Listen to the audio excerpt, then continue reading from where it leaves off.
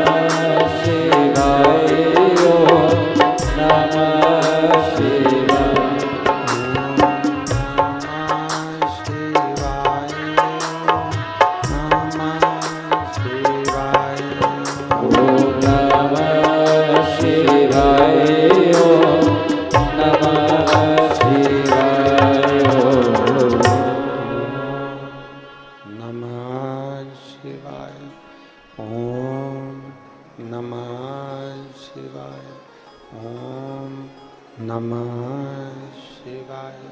विश्वनाथ भगवान की, महाकालेश्वर भगवान की, ओमकारेश्वर भगवान की, कुबरेश्वर महादेव की। हर हर महादेव, हर हर महादेव, हर हर महादेव। काशी विश्वनाथ, ओगरदानी, तरकालदर्शी, कैलाशी, अविनाशी भगवान शिव, जिनकी पुनीत पावन शिव महापुराण की कथा संपूर्ण विश्व के कल्याण हेतु बाबा देवादिदेव महादेव की कृपा से आप और हमको श्रवण करने का सौभाग्य प्राप्त हुआ है। बड़े भाग्यशाली हैं परतवाड़ा महाराष्ट्र के सभी रहनिवासी, जो इस बैसाख के महीने की पवित्र शिव महापुराण की कथा श्रवण करने का सौभाग्य मिला है।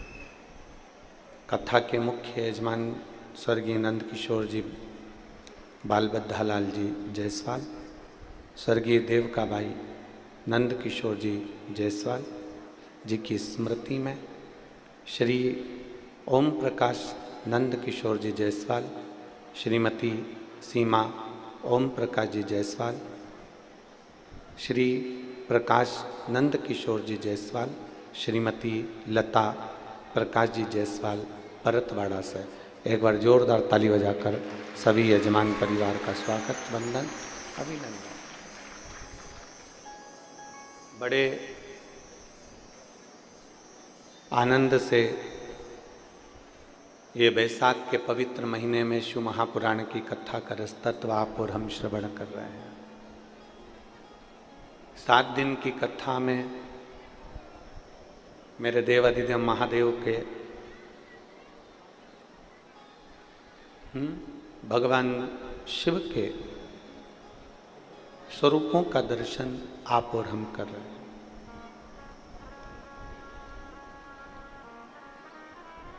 एक मनुष्य देह, एक मानव का शरीर जिसमें पुण्य भी बहुत है और जिसमें पाप भी बहुत है।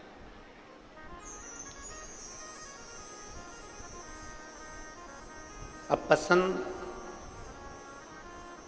आपकी और हमारी होना चाहिए कि हमें पुण्य पसंद आ रहा है कि पाप पसंद आ रहा है।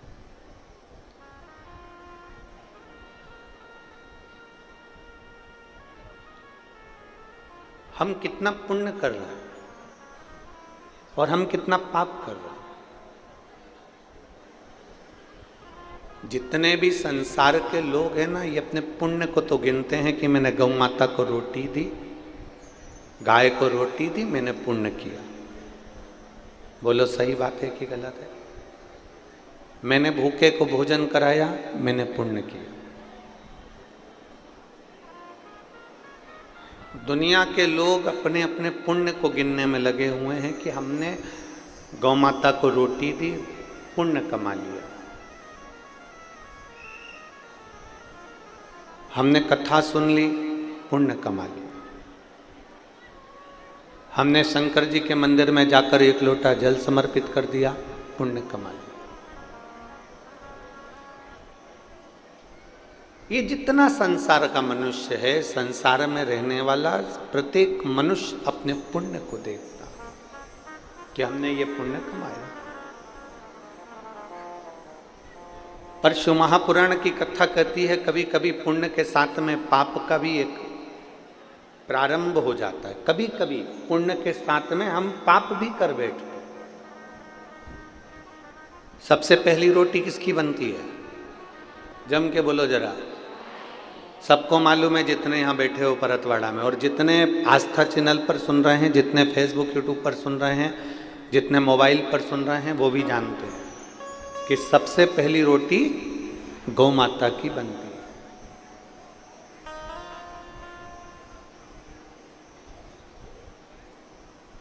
झूठ मत बोलना, थोड़ा सा सत्य बोलना। सबसे पहली रोटी गौ माता की बनती है, पर सबसे आखिरी में गौ माता के मुंह में जाती है।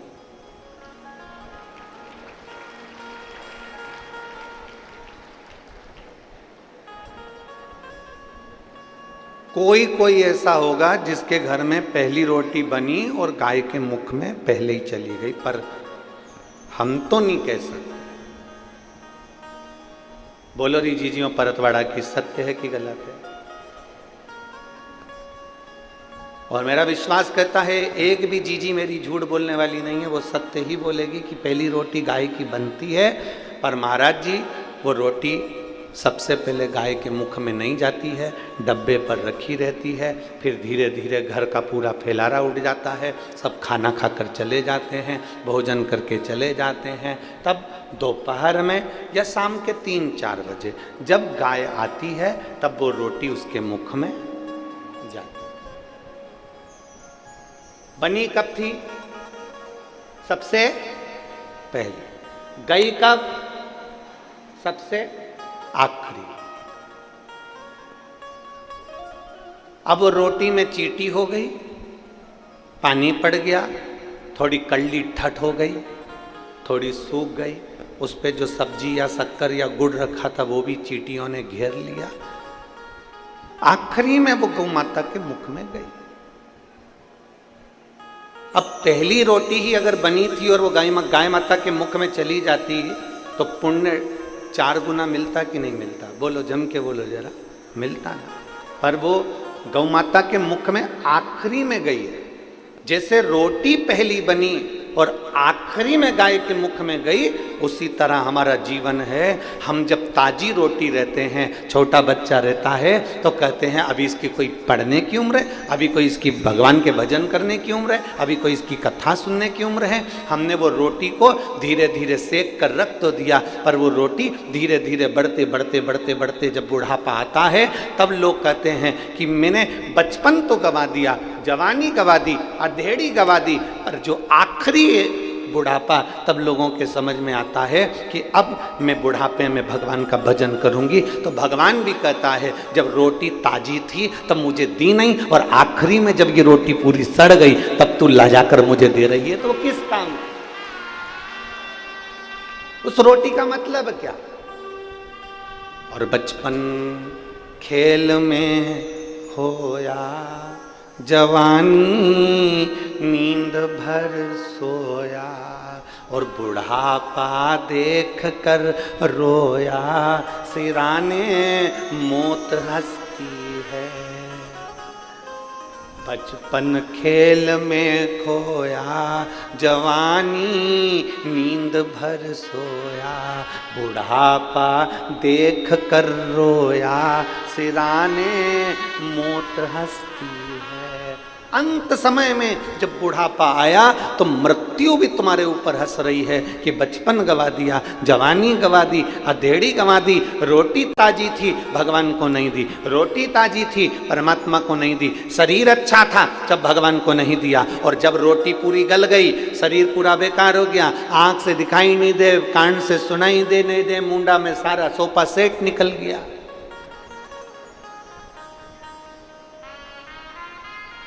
32 सोफा सेट थे, एक भी नहीं बचा, सारा निकल गया। किसी किसी ने तो नकली साजड़ का लगवा रखा है, किसी किसी का सोफा सेट तो फ्रीज में कटोरी में रखा रहता है।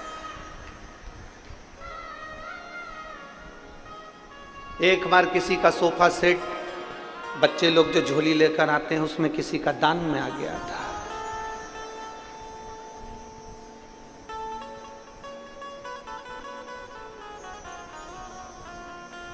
जब घर जाकर वो खोला गया पोट, एक डब्बी, तब उसमें जो सोफा सेट निकला तो राघव बोले, कहने लगे पापा देखो तो सर, ये पहली बार किसी ने कुछ नया गिफ्ट दिया है। जो खोल के देखा तो उसमें पूरी 32 ही थी, पूरे दान। और बड़े बड़े विषय,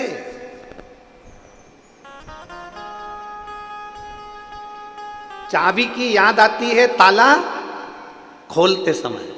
बोलो बोलो जम के, सही बात है। चाबी की याद कब आती है? ताला खोलते समय। चश्मे की याद आती है अखबार किताब पढ़ते समय। दांत की याद आती है खाते समय, और भगवान की याद आती है मरते समय।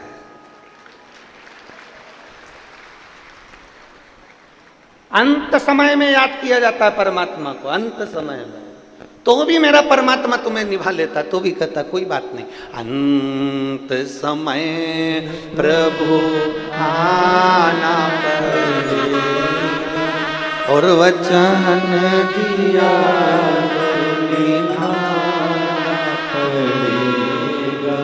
आए ना आए प्रभु कुटुंब कबीरा, अंत समय प्रभु आना पड़ेगा।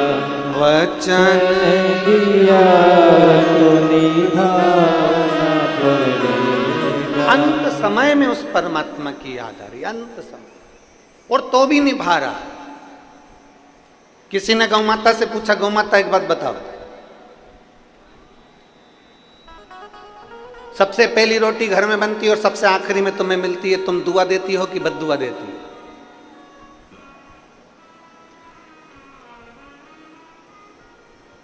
सब चाय पी लें, बहुएं सब चौके में बैठ के, रसोई घर में बैठ के चाय पी ले, और आखिरी में सास की याद आई और फिर चाय देखी आई। बोलो जरा जम के, सास खाए बिना रह जाए पर बोले बिना नहीं रह सकते। आखिरी में तो सास कह ही देती है तुम ही ढसक लो।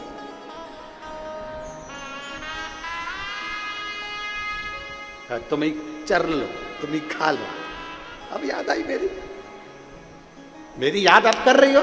जब तुमने सबने चाय पी ली तब याद आई तो तुरंत गर्म करके लाके मेरे को दे दी। सास अपशब्द कह सकती है, किसी को बहुत लेट अगर भोजन दिया जाए, सब खा लें उसके बाद दिया जाए तो वो भी अपशब्द कह सकता है। पर गौ माता कहती है कि मुझे पहले बनी हुई रोटी आखिरी में भी मिलती है ना, तो भी गौ माता कहती है तो भी मैं, जो मुझे रोटी देता है, जो बनाता है, जिसकी कमाई से अन्न आया हुआ होता है और जिसने जमीन में अन्न को बोया हुआ होता है और जिस पसीने की कमाई से ये धन आया हुआ होता है, मैं पूरे परिवार को तार देती हूँ, पार लगा देती हूँ। वो गौ माता का,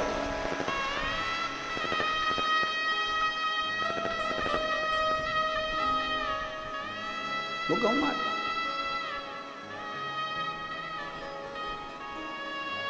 भले तुम बाद में दिए तो भी उसने कल्याण कर दिया।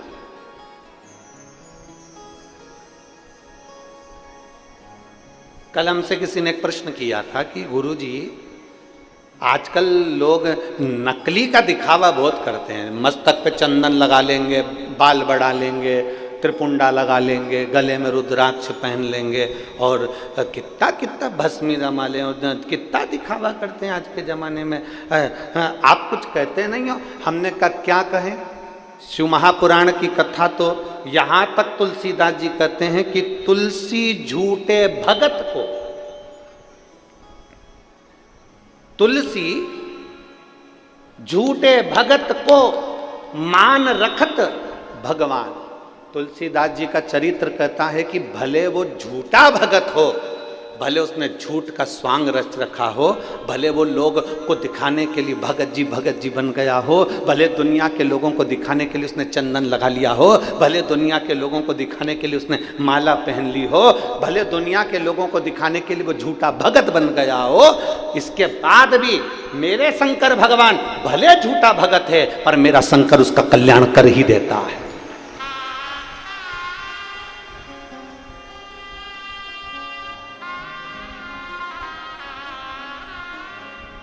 तुम सच में भगवान की भक्ति करो चाहे झूठ में करो।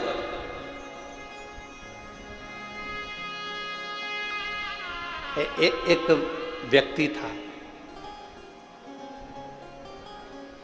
वो रोज मंदिर में जाता और गीता जी का पूरा पाठ करके भगवान को सुना देता।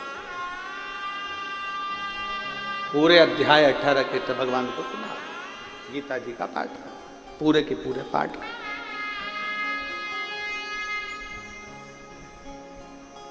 अब वो जो गीता जी थी वो पूरी संस्कृत में थी और वो जो व्यक्ति था उसको संस्कृत आती नहीं थी, तो बस वो तो जो उसमें मिल जाता वो उसको पाठ पढ़ देता और सुना देता।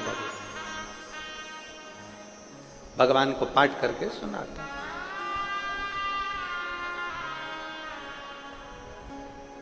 अठारह साल हो गए उसको गीता जी का पाठ करते करते मंदिर के अंदर, परंतु उसकी जो संस्कृत में जो मंत्र बोलता था वो सब टूटे फूटे जो उससे बन जाता वैसे। 18 साल के हो गए पाठ करते करते, एक दिन मेरे भगवान उसके सामने प्रकट हुए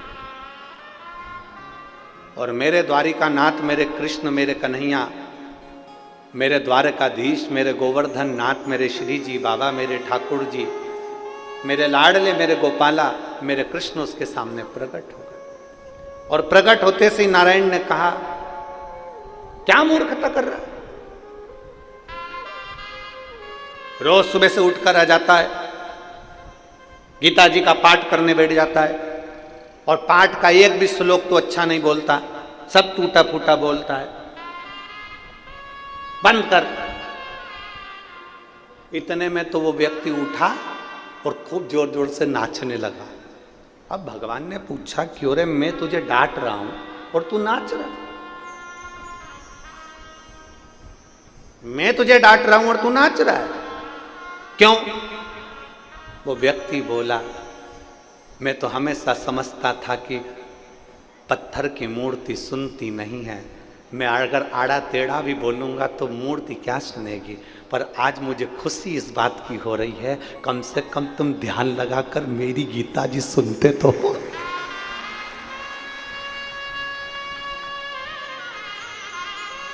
तुम ध्यान लगाकर मेरी गीता जी सुनते तो हो कि मैंने गलती क्या करी है। तुम ध्यान लगाकर सुन तो रहे हो कि मैंने क्या बोला। भगवान कृष्ण ने उस व्यक्ति को उठाया और अपने हृदय से लगा लिया।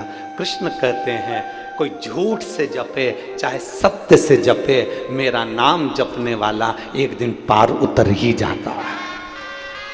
मरा मरा कहे सो राम निकल गया, तो पार उतर गया। आप भले किसी भी भाव से जपो, पर जपो। आप किसी भी भाव से मंदिर जाओ, पर जाओ। हमसे लोग कहते हैं तुमने दुनिया के लोगों को लालची बना दिया। जो भी मंदिर जाता है कुछ ना कुछ मांगने के लिए जाता है। हम कहते हैं कैसे भी जाए, यहाँ शास्त्र करे तुलसी झूठे भगत को मान राखत भगवान। कैसे भी जाओ तुम भगवान के मंदिर तो जाओ। तुम एक लोटा लेकर जल भरकर भगवान के दरवाजे तो पहुंचो। तुम्हारी देने की आदत तो डालो कि घर से भरा हुआ लोटा लेकर रोज मंदिर में जाते हो और भगवान को देते हो। 3 दान बड़े होते हैं, कन्यादान, गौदान, जलदान। जल का दान इसलिए आप लोगों से हम हर कथा में कहते हैं कि अपने घर से आना तो पानी की कितनी बोतल लाना? 2। साथ में क्या लाना? छाता। साथ में क्या लाना? बिछाने का और ओढ़ने का। मान लो टेंट में जगह नहीं मिले तो अपनी चादर बांधी बैठ गए, छाता लगाया बैठ गए। पानी की 2 बोतल लाने का इसलिए कहते हैं कि 1 बोतल का जल तो तुम पी लो और दूसरी बोतल तुम्हारी अड़ोसन पड़ोसन पीछे वाली धड़ोसन।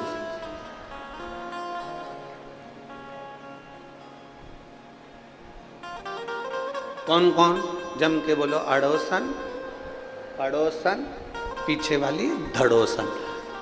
इनको वो पानी अगर प्यास लगे तो अपने घर से जो जल भर के लाए हो वो इनको दो।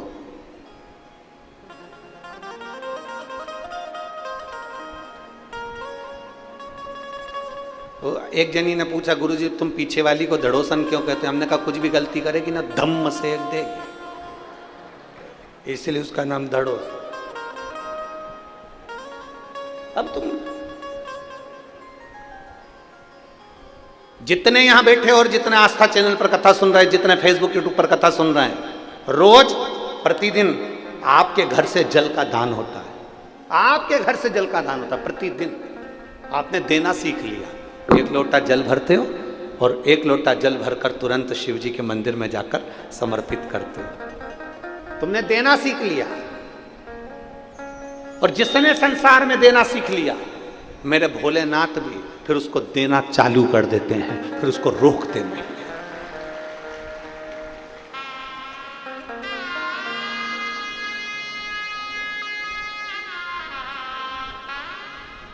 उल्टा जपो, सुल्टा जपो, अच्छा जपो, बेकार जपो, श्लोक आए तो जपो, ना आए तो जपो, भगवान का नाम कैसे भी जपो, मेरा भगवान पार जरूर करता।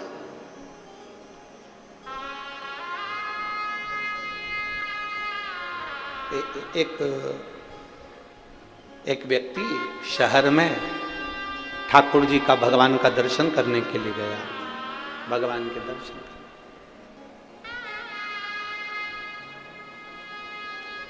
और भगवान का दर्शन करने के लिए जैसे ही भगवान के मंदिर में पहुंचा, वहाँ के पंडित जी बहुत अच्छी स्तुति गा रहे थे।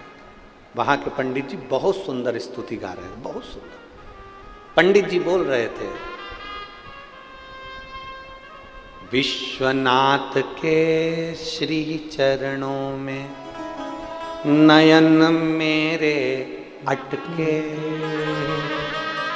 आप भी बोलो एक बार प्रेम से, विश्वनाथ के श्री चरणों में नयन मेरे अटके। फिर से बोलो एक बार, विश्वनाथ के श्री चरणों में नयन मेरे।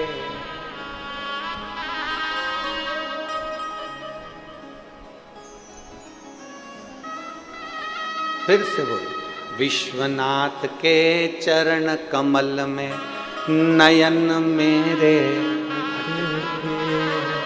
विश्वनाथ के चरण कमल में नयन मेरे।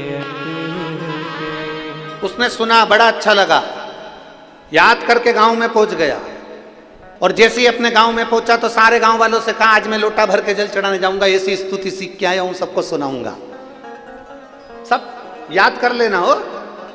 और जैसे ही लोटा भर के जल चढ़ा रहा था, सबको सुना सुना कर गा रहा था, विश्वनाथ के नयन कमल में चरण मेरे अटके। अब बोलना क्या था? विश्वनाथ के चरण कमल में नयन मेरे अटके। अब बोल क्या रहा है? विश्वनाथ के नयन कमल में चरण मेरे अटके। अब वो जल चढ़ाता जाए और सबको सुनाता जाए, विश्वनाथ के नयन कमल में चरण मेरे। बस 3-4 बार वो बोला, और जैसे उसने 3 बार ताली बजे, वो बोला बम बम बोले। जैसे ही बोला तो मैंने भोले सामने खड़े हो गए, शंकर भगवान सामने। ये घबरा के पीछे भाग गया, तुम कौन? शंकर भगवान बोले, मैं भोलेनाथ। इतने दिन से तो कभी नहीं आए। भगवान भोलेनाथ जी बोले, इतने दिन से मेरे नयन में चरण भी नहीं अटके थे, पहली बार अटके, इसलिए मैं भी आया। भक्त बोला, मैंने गलती कर दी। शंकर भगवान बोले, पूरी गलती। तुझे बोलना था चरण कमल में नयन अटके, तू बोल रहा नयन कमल में चरण अटके। अब मेरे नयन छोटे, तेरे चरण मोटे, अटकेंगे नहीं तो क्या होगा? प्रभु गलती हो गई, क्षमा कर दो। भगवान भोलेनाथ जी ने कहा, कर दिया, पर मेरा दर्शन हुआ है, मांग ले, तुझे क्या चाहिए? भक्त कहता है, जो मांगूंगा दे दोगे? भोलेनाथ जी कहने लगे, बड़ा प्रसन्न हूं, मांग ले, तुझे क्या चाहिए? भक्त कहता है, जो भी तुम्हारी उल्टी सुल्टी स्तुति करे उसको भी दर्शन दे देना, बस, और कुछ भी नहीं चाहिए। अब मांगू तो मांगू क्या?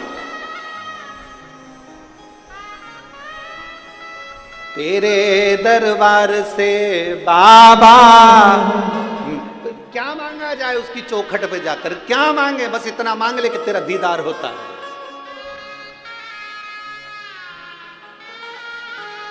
केवल तेरा दर्शन होता है, केवल तेरा।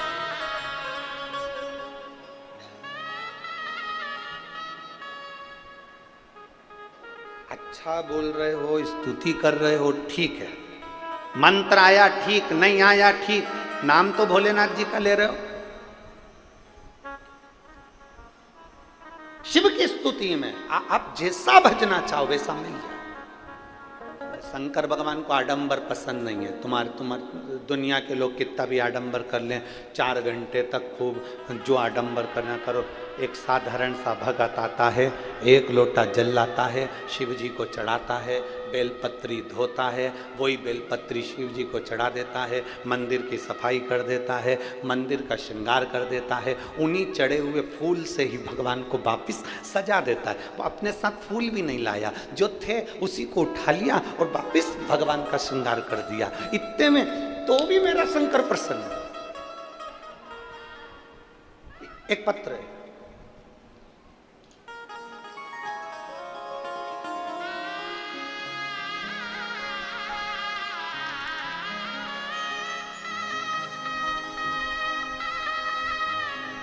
पायल प्रशांत दहके, रहवासी आकोला के हैं। कहीं बैठे हो तो हाथ हिला सकते हो, अगर कहीं बैठे हो। आप ही हैं? बच्चा आया है क्या साथ में? आया है? ले आओ, ले आओ। पायल प्रशांत दहाके रहवासी आकोला के हैं। मेरी शादी को 12 साल हो गए थे, मुझे संतान का कोई सुख नहीं था। जिन डॉक्टरों को दिखाने के लिए जाते थे वो डॉक्टर कहते थे कि तुम्हारे यहाँ संतान का सुख नहीं है।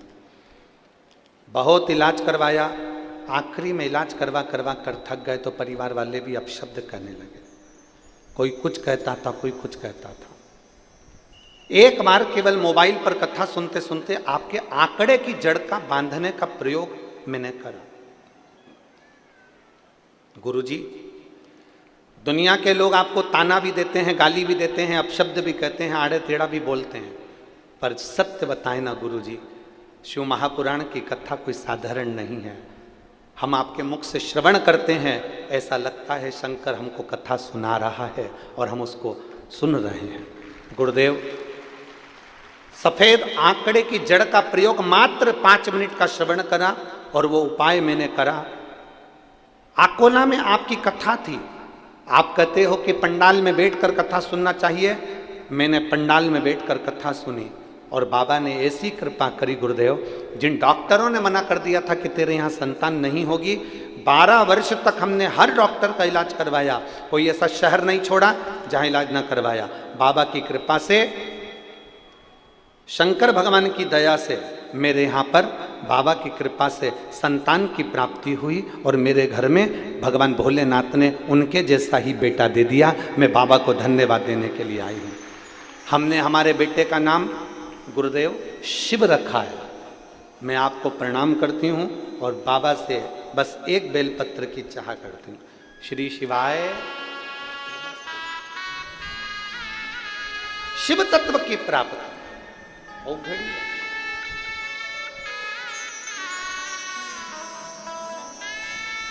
इसने एक बात बहुत अच्छी लिखी दीदी ने, ये दीदी ने जो लिखा है,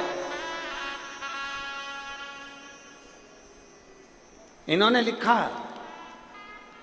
ना मुझे यज्ञ आता है, ना मुझे अनुष्ठान आता है, ना मुझे तप आता है, ना मुझे साधना आती है, ना मुझे व्रत आता है। मैं तो केवल इतना जानती हूं कि मुझे श्री शिवाय नमस्तुभ्यम आता है, उतना ही काफी। आप पंचाक्षर मंत्र जप लो नमः शिवाय, आप षडाक्षर मंत्र जप लो ओम नमः शिवाय, आप श्री शिवाय नमस्तुभ्यम जप लो, उतना ही काफी। बधाई हो।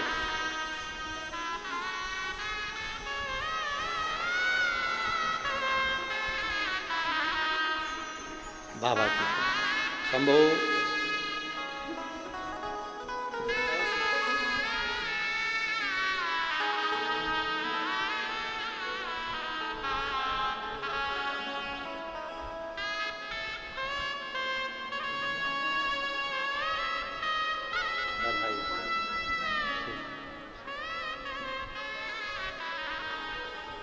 शिव तत्व की प्राप्ति।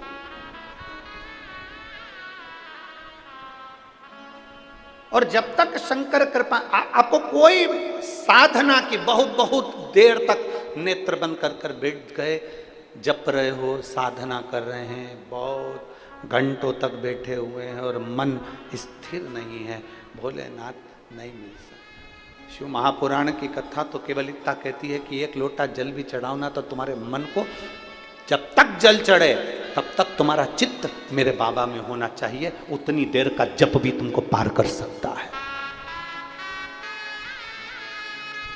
एक क्षण का जप भी तुम्हें, एक पत्र है,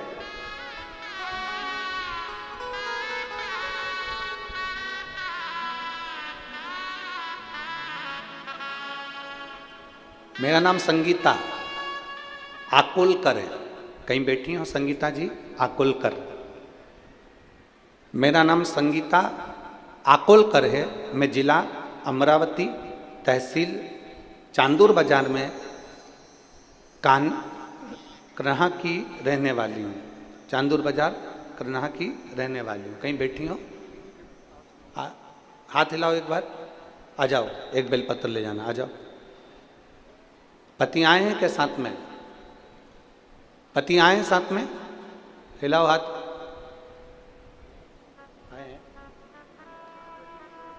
आए, ठीक है। मैं जिला अमरावती, तहसील चांदूर बाजार की रहने वाली हूं। मेरा नाम संगीता आकुलकर है। एक लोटे जल का मैं क्या वर्णन करूं गुरुदेव? मेरे पति की अचानक तबीयत खराब हो गई और हमने नागपुर के डॉक्टरों को दिखाया। पत्र को आप एलईडीओं पर पढ़ सकते हैं। नागपुर के डॉक्टरों को दिखाया, उन्होंने जांच की और उसमें ब्रोन कैंसर बताया। जब बोन कैंसर बताया, सुनने के बाद हम पाँव के नीचे से जमीन खसक गई गुरुदेव। और मेरे जमाई, हमने बहुत से डॉक्टरों को दिखाया, सब डॉक्टरों ने 2 महीने की गारंटी बताई, क्योंकि कैंसर पूरे शरीर में फैल चुका था। बोन कैंसर था, पूरे शरीर में फैल चुका था। एक डॉक्टर के पास कीमो चालू किया और फिर एक दिन टीवी पर आपकी कथा चल रही थी। हमने कथा सुनी। आपने उस कथा में कहा था कि शंकर को चढ़ाया गया जल और एक रुद्राक्ष का जल शंकर को जो समर्पित करते हैं, उसका पानी पीने पर रोग से निवारण होता है। शंकर जी पे चढ़ी हुई बेलपत्र नंदी के पास बैठकर कुंदकेश्वर महादेव का नाम लेकर खाने से रोग का निवारण होता है। पहले विश्वास नहीं हुआ, मेरे दामाद को भी विश्वास नहीं हुआ, क्या ऐसा हो सकता है? पर हमने तुरंत केवल 1 कीमो लिया, उसके बाद कीमो ना लेकर हम सीधे घर आ गए और हमने शंकर भगवान पे चढ़ी हुई बेलपत्र और शंकर जी पे चढ़े हुए जल को पीना प्रारंभ करा। रुद्राक्ष मंगवाया, उस रुद्राक्ष के जल को पीना प्रारंभ करा। और गुरुदेव, मैं बाबा को आज धन्यवाद देने के लिए आई हूँ कि हमने जब दूसरी बार जांच कराई तो कैंसर पूरी तरह से ठीक हो गया था। मैं बाबा को नमन करने के लिए, मैं शिव को नमन करने के लिए आई। एक लाइन बहुत अच्छी लिखी है, आप भी साथ में गुनगुनाएंगे।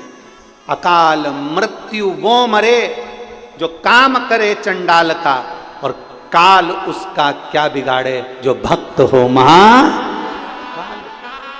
जो शिव की आराधना कर रहा हो,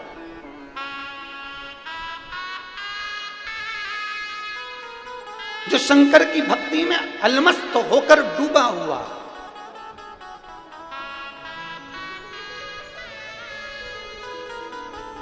एक लोटा जल आप जब देवाधिदेव महादेव को चढ़ाओ तो तुम्हारी चित्त और वृत्ति दोनों शिव में होना चाहिए। कई घंटों का बैठकर जब तक करने का हम नहीं कहते। हमने आज तक अपने व्यासपीठ से नहीं कहा कि बहुत घंटों तक बैठे रहो। हम तो कहते हैं जितनी देर जल चढ़ा उतनी देर मन बढ़ा। आ जाओ,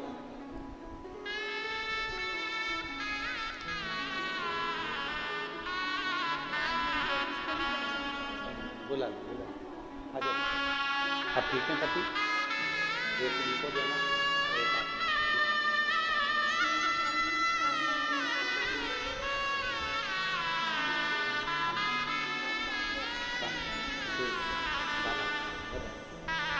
आप ठीक है ना बेटा?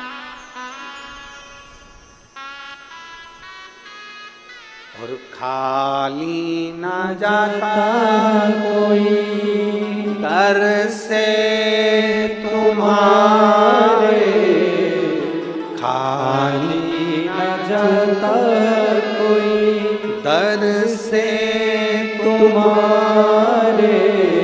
मैं भी खड़ी हूँ नंदी बाहे पसारे, अपने हृदय से लगा लो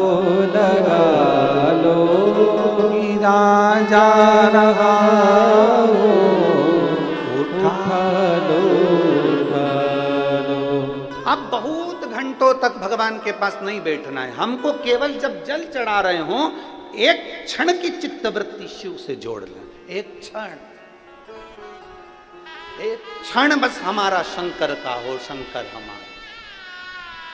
पहले की शादियों का स्मरण करेंगे। हम ये बात पहले भी बोल चुके हैं। पुराने समय की शादी और आज की शादी में अंतर है।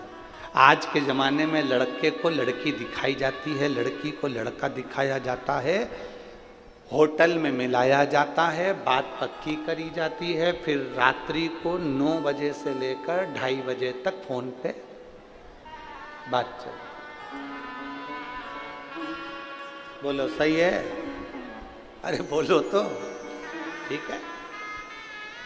2-3 महीना कम से कम बात चलती है, दोनों एक साथ घूमने भी जाते हैं। फिर आजकल तो वो कौन सी एक वो हो गई है भगवान, जिसमें फोटो खिंचवाते हैं बहुत सारे, प्री वेडिंग, फिर उसमें भी मिलते जुलते हैं। इतने फोटो खींचे ढेर सारे, 2:30 बजे तक लगे रहे, 2:30 बजे तक लगे रहे और 2.5 साल नहीं टिक पाए। 2.5 साल में अदालत में केस पहुंच गया। जो इतना अच्छा लग रहा था कि तुम्हारे बिना रह नहीं सकती, अब उससे कहती तेरा मुंह नहीं देख सकती।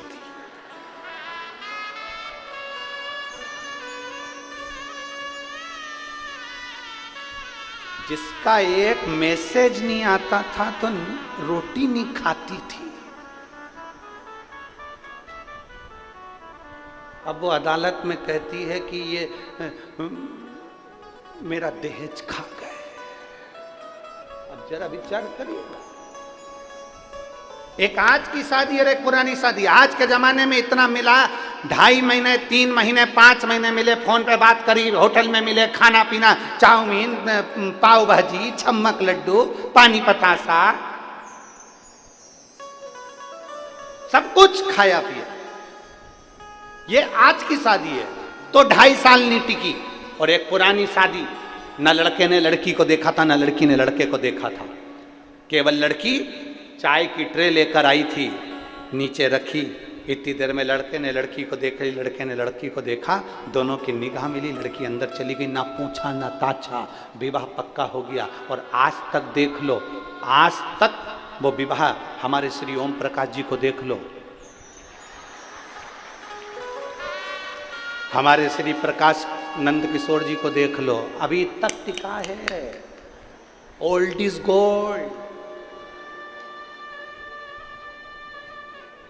और यहाँ कई मेरी माताएं बैठी है कुर्सियों पे, बुजुर्ग बुजुर्ग, इतना पल्लू ले लेके बैठी, इनसे पूछो आज तक टिका है वो संबंध, आज तक टिक रहा है। जिसने देखा ही नहीं था, जो मिला ही नहीं था, ना फोन पे बात हुई थी, ना कोई व्यवहार, केवल एक क्षण निगाह मिली और विवाह पक्का हो गया, 7 जन्म तक निभ रहा है।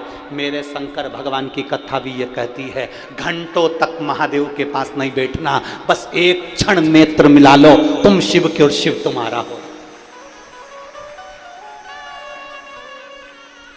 तुम शिव के और शिव तुम्हारा, एक क्षण बस केवल देखा, ना जी भर के देखा, ना कोई बात की, बड़ी आरज़ू थी मुलाकात की। मेरे महादेव से एक क्षण की मुलाकात कर लीजिए, एक क्षण।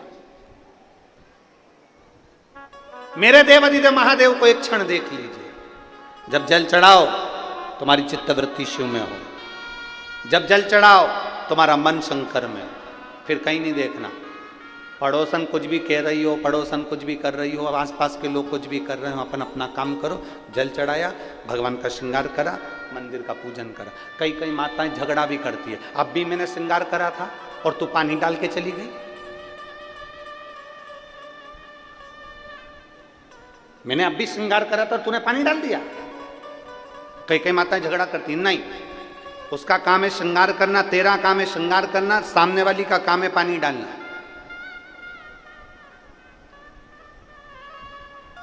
तूने श्रृंगार करा, तेरा काम तूने कर लिया ना, उसका काम वो कर रही है। अपने को नहीं टोकना कि तूने पानी क्यों चढ़ाया, मैंने श्रृंगार करा था ना।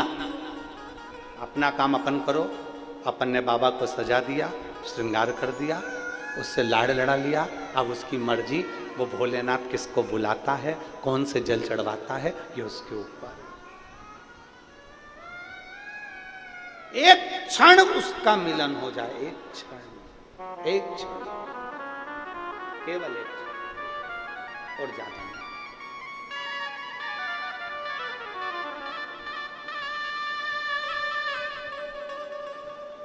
वो हम एक लाइन पहले गुनगुनाते थे, गाएंगे नहीं भाई, केवल गुनगुना लेंगे। हो हम पहले बहुत गुनगुनाते थे।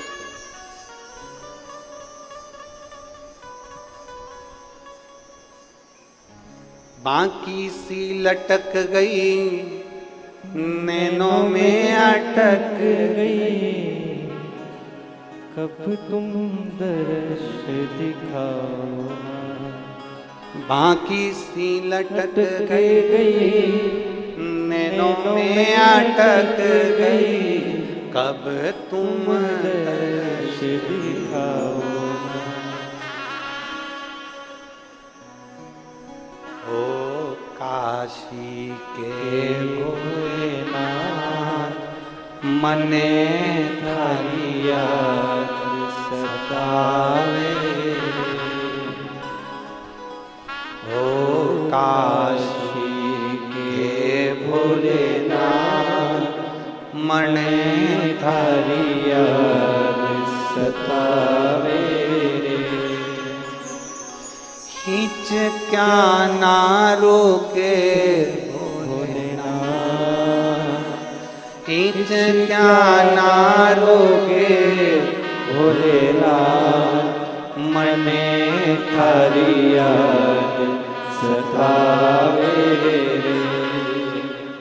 ओ काशी के भोलेनाथ, मने थारी याद सतावे। एक क्षण के लिए उसको याद कर लो, एक पल के लिए उसको याद कर लो, और केवल निगाह मिले उतनी देर बहुत।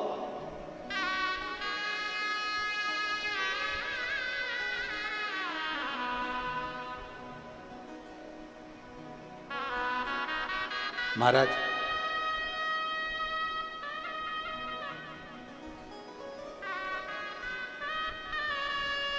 वो कहते हैं ना,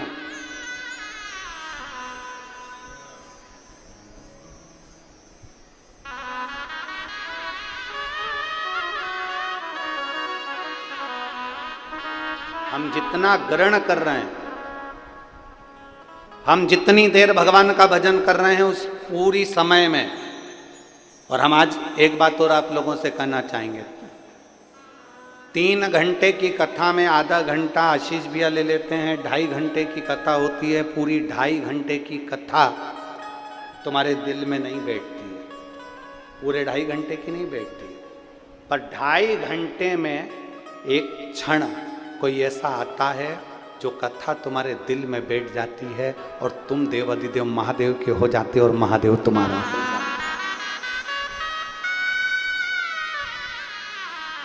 कई लोग कहते हैं गुरुजी कोई जरूरी है क्या सबके हृदय में शंकर बैठेगा?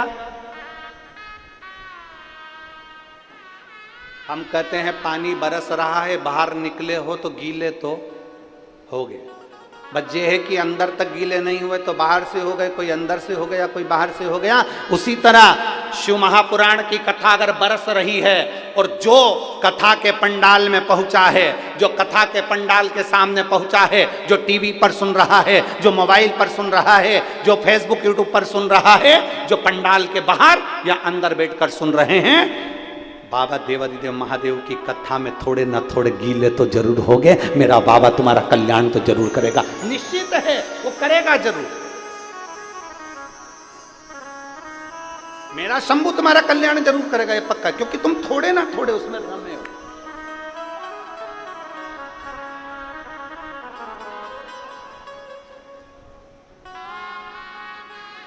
महाराज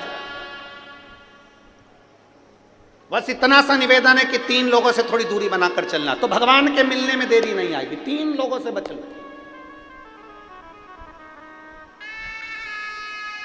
पहला लालची, दूसरा आलसी, और तीसरा दोगला। जम के बोलो कौन कौन? 3 लोगों से बचने का प्रयास करना। पहला लालची, जिसके अंदर बहुत लालच भरा हो, नहीं मैं मंदिर जाऊंगा, मेरे पास में ये आएगा, मैं ऐसा करूंगा, मेरे पास में धन कमाई होगी, ऐसा होगा वैसा होगा। ना बाबू, लालच में कभी भगवान को मत रिझाना। अगर भगवान के दरवाजे पर जा रहे हो ना, तो ये सोच कर जाना, शिव पुराण में जा रहे हो ना, ये सोच कर जाना कि बाबा ने अपनी डायरी में तुम्हारा नाम लिख के रखा होगा, इसलिए तुमको कथा में बुलाया होगा। शादी में पत्रिका छपवाते हो, पूरे परतवाड़ा को बांटते हो क्या? अरे बोलो तो जम के। नहीं, तुम्हारा मन होता है तुम उसका नाम लिखते हो, भेरू सिंह, राम किशन, रामलाल, ये कमलाबाई, बिमलाबाई, जो तुम्हारा मन पड़ता है तुम उसको बुलाते हो। अब यहाँ इतने लोग बैठे हैं, क्या पूरे परतवाड़ा के लोग यहीं मिल जाएंगे क्या?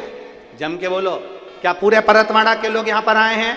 नहीं, भगवान की डायरी में जिसका नाम होगा मेरा भोलेनाथ उसको बुला लिया। इतने सारे लोगों को, परतवाड़ा वालों को, इतने सारों को शादी में नहीं बुला सकता कोई व्यक्ति। जिससे उसकी पहचान है उसको बुलाया जाएगा, जिसका उसको कल्याण करना है उसको बुलाया जाएगा, जिसको साड़ी देना है, जिसको गिफ्ट देना है, जिसको आजकल तो महिला संगीत भी अलग से होता है, महिला संगीत में भी उसको बुलाते हैं जिनको गिफ्ट देना होता है, नहीं तो बुलाते। और वो भी देख लेते हैं, देवरानी जेठानी दोनों आई हैं तो हम एक ही देंगे, हो गिफ्ट देना है तो देख। माता पूजन के बुलाए हुए में बुलाया तो सोचकर, सत्यनारायण जी की कथा में बुलाया तो सोचकर किसको बुलाना है किसको नहीं बुलाना है। शादी की सालगिरह है 25वीं, कजन कौन सी जुबली बोलते हैं, हैं? हाँ सिल्वर, गोल्डन भी होती है, हाँ ठीक है, ऊपर होती नीचे होती है, अच्छा वही होती है। अब बुलाया, अब जान दो सिल्वर और गोल्डन, अपन तो ये बात करो कि शादी के सालगिरह है और उसमें तुमने बुलाया तो पूरे सबको बुला लिया? नहीं, उसको बुलाया जो आएगा हम उसको रिटर्न गिफ्ट देंगे। तो रिटर्न गिफ्ट जिसको देना है, जिसको हमें सामान देना है, साड़ी देना है, उसी को बुलाया जाता है। उसी तरह मेरा भोलेनाथ अपनी शिव महापुराण की कथा में उसी को बुलाता है जिसको रिटर्न गिफ्ट देना होता है। रिटर्न गिफ्ट और खाली ना जाता कोई दर से तुम्हारे, खाली न जाता कोई दर से तुम्हारे, मैं भी खड़ी हूँ नंदी बाहे फसारे।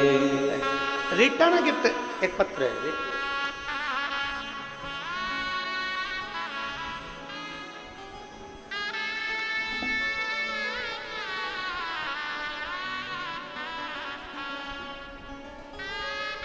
मेरा नाम सुपूजा दुर्गेश गाडे है। मैं परतवाड़ा आठवाड़ी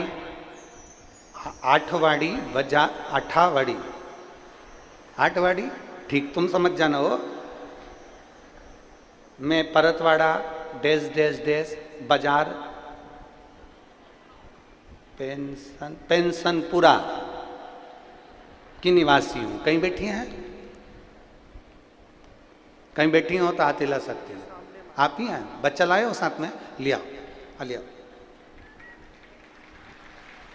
मेरा नाम सुपूजा दुर्गेश गाठे। मैं परतवाड़ा बाजार पेंशनपुरा की रहने वाली हूँ। मुझे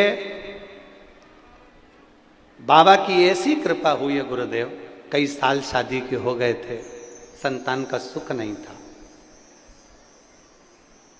परिवार वालों ने मेरा हॉस्पिटल में इलाज भी करवाया, हम पति पत्नी की रिपोर्ट भी नॉर्मल आई, पर संतान का कोई सुख नहीं हो पा रहा था।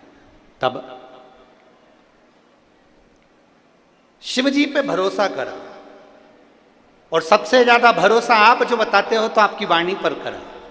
हमने पशुपतिनाथ का व्रत किया, और पशुपतिनाथ का व्रत करने के बाद भी हमने जब डॉक्टर को दिखाया तो हमारी कोई रिपोर्ट सही नहीं आई। फिर वापिस फिर पशुपति व्रत किया, और बाबा की कृपा से देवादिदेव महादेव ने मेरा गर्भ बाबा के आशीर्वाद से ठहर गया। कुछ समय के बाद पता चला कि बच्चे की धड़कन ही नहीं है।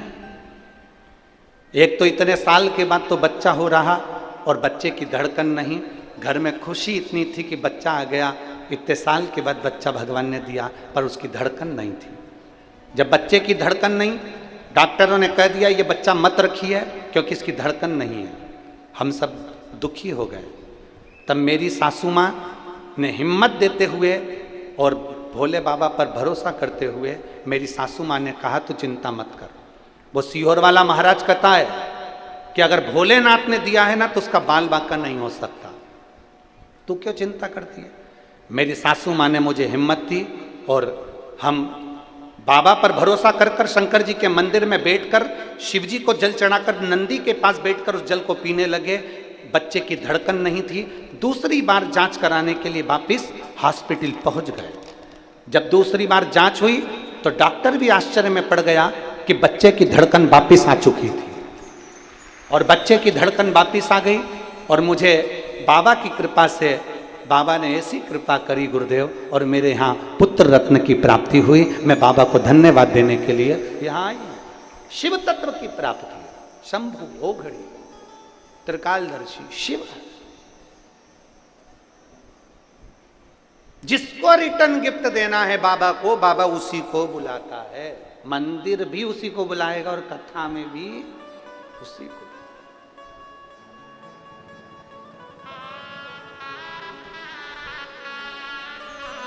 वो देता है तो ही बुलाएगा,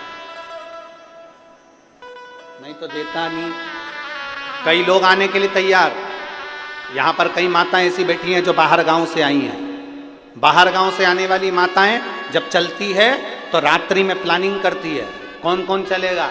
उसमें 4-5 माताओं का नाम होता है। आते आते 1-2 माताएं तो कम हो ही जाती है, उनकी जगह दूसरी आ जाती है।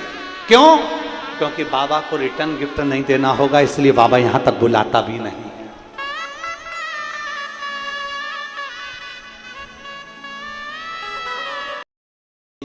शिवाय नमस्तुभ्यं।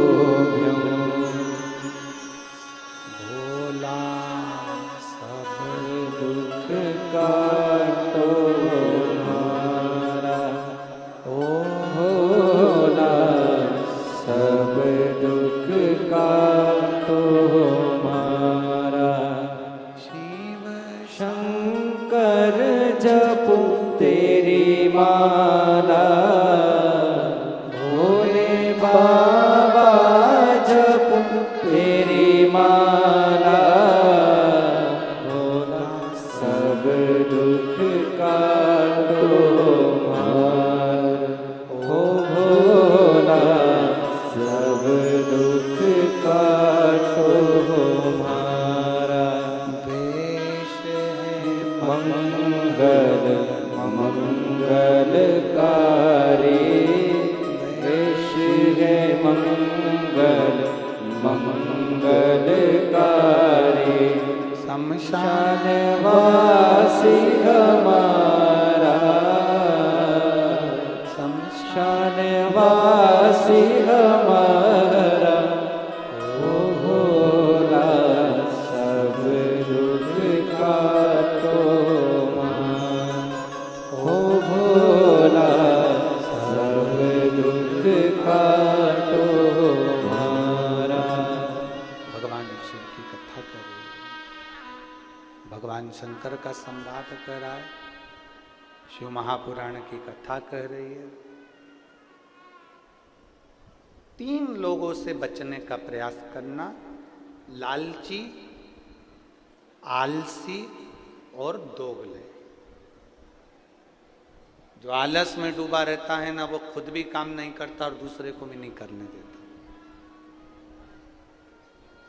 जो आलस में डूबा रहता है वो स्वयं भी भजन नहीं करता और दूसरे को भी नहीं करने देता।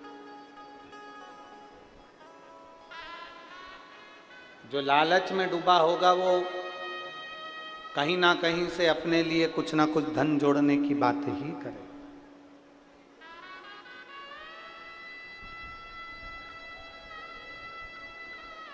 और कितना भी धन मिल जाए, कितना। शिव महापुराण की कथा कहती है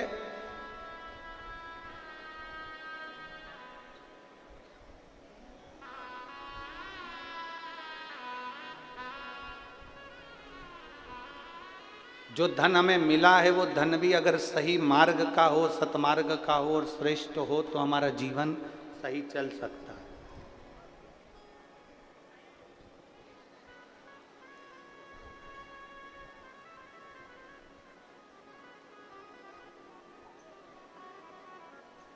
तीन तरह का धन बचाना भी कठिन है महाराज। शिव महापुराण ये भी कहती है 3 जगह का धन बड़ी मुश्किल से बचता है। अगर इनका धन अपने पास में है तो उसके लिए भजन का बल बढ़ाना जरूरी है, भगवान का भजन करना जरूरी है। 3 जगह का धन बचाना बड़ा कठिन काम है और उसका भजन बढ़ाना पड़ता है। 3 जगह का धन, पहला नानी का धन, दूसरा बेईमानी का धन और तीसरा जजमानी का धन। बड़ी कठिनाई से पचता है, धीरे धीरे पचाना पड़ता है। और इसको अगर पचाना है तो थोड़ा भजन का बल बढ़ाना पड़ेगा। कभी ये मत सोचना कि नाना नानी के घर पर गए तो इनकी पूरी प्रॉपर्टी हमको मिल जाए। वो मिल तो जाती है पर पचाना भारी पड़ जाता है। इसलिए प्रयास करना, भोलेनाथ जी से कहना हमें हमारे भाग्य का देना, हमें दूसरे के भाग्य का नहीं चाहिए।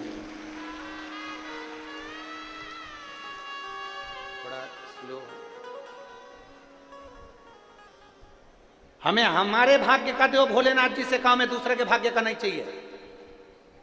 नानी का धन, बेईमानी का धन और जजमानी का धन। कोई ये सोच ले कि मैं जजमान के घर पर गया हूं और मुझे बहुत सारा धन मिल जाए। धन तो मिल जाएगा पर महाराज इतना याद रखना कि भजन के बल को बढ़ाना पड़ेगा, गायत्री को बढ़ाना पड़ेगा। जब हम गायत्री के जाप ज़्यादा करेंगे, गायत्री का स्मरण करेंगे, जब हमारे भजन का बल बढ़ाएंगे, हमारे भगवान की भक्ति का बल बढ़ाएंगे, तब जजमान के घर का धन भी पच सकता है। जब हमारे भजन का बल बढ़ता है तब हम नानी के घर का धन भी पचा सकते हैं। 3 जगह का धन पचाना भारी पड़ जाता है, नानी के घर का, बेईमानी का और जजमानी। बेईमानी का धन भी पचाना बड़ा कठिन है। कहीं से आएगा, कहीं निकल जाएगा, रोग में लग गया, बीमारी में लग गया, एक्सीडेंट हो गया, ये हो गया, वो हो गया, दुख ही दुख जिंदगी में आते रहे और तकलीफें भोगते रहे। बड़ा कठिन है हमारा, बड़ा। थोड़ा सा आप लोगों को बुरा जरूर लग सकता है कि गुरुजी आप बोल रहे हैं नानी के घर का धन तो नाती पंथी के लिए होता है, मना नहीं है। पर अगर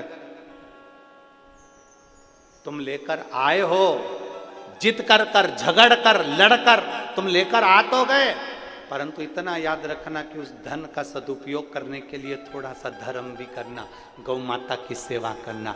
नानी के यहाँ का धन आया है तो थोड़ा गौ माता की सेवा में लगाओ। नानी के घर का धन आया है तो कहीं ऐसा कार्य करना, कोई गरीब की लड़की हो, उसकी शादी नहीं हो रही हो, पैसा नहीं हो, तो उस गरीब के कन्यादान में भी लगाओ, गरीब के विवाह आदि। कोई बच्चा पढ़ना चाहता है, विद्या लेना चाहता है, एजुकेशन करना चाहता है, उसके पास में विद्या का धन नहीं है, पढ़ने के लिए धन नहीं है, तुम नानी के यहाँ से लाए हो, बेईमानी का धन आया है या कोई धन ज्यादा आ गया, उसमें से थोड़ा सा निकाल कर बच्चे की एजुकेशन में लगा दो। हम ये नहीं कहेंगे कि तुम कहीं ले जाकर इधर उधर, तुम तो उस बच्चे की एजुकेशन में लगाओ, पढ़ाओ, विद्याध्ययन कराओ, प्रयास करो। पचाना कठिन है, इसलिए अपने भजन के बल को बढ़ाइए। एक ब्राह्मण, एक साधु, एक सन्यासी, एक तपस्वी, एक साधक, एक उपासक अगर किसी के घर का भोजन भी कर कर आते हैं तो उनको गायत्री का बल बढ़ाना पड़ता है। अगर भोजन कर कर आए हैं ना तो फिर उनको भगवान का भजन का बल बढ़ाना पड़ेगा, गायत्री बढ़ाना पड़ेगी, तब जाकर हम जिसके यहाँ का खा कर आए हैं उसका पच पाए।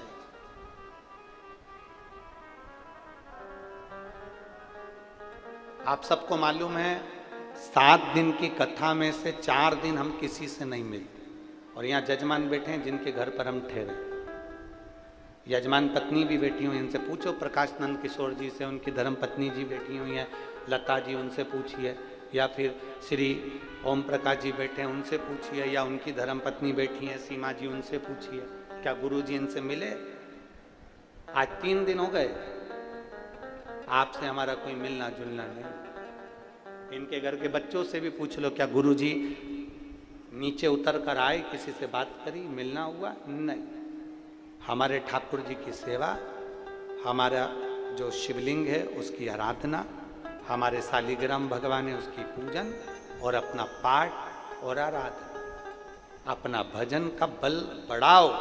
क्योंकि जिनके यहाँ पर ठहरे हैं, अगर हम उनका भोजन कर रहे हैं तो अपने भजन का बल बढ़ेगा।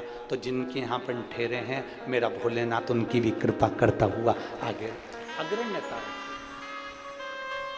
भजन के बल को बढ़ा।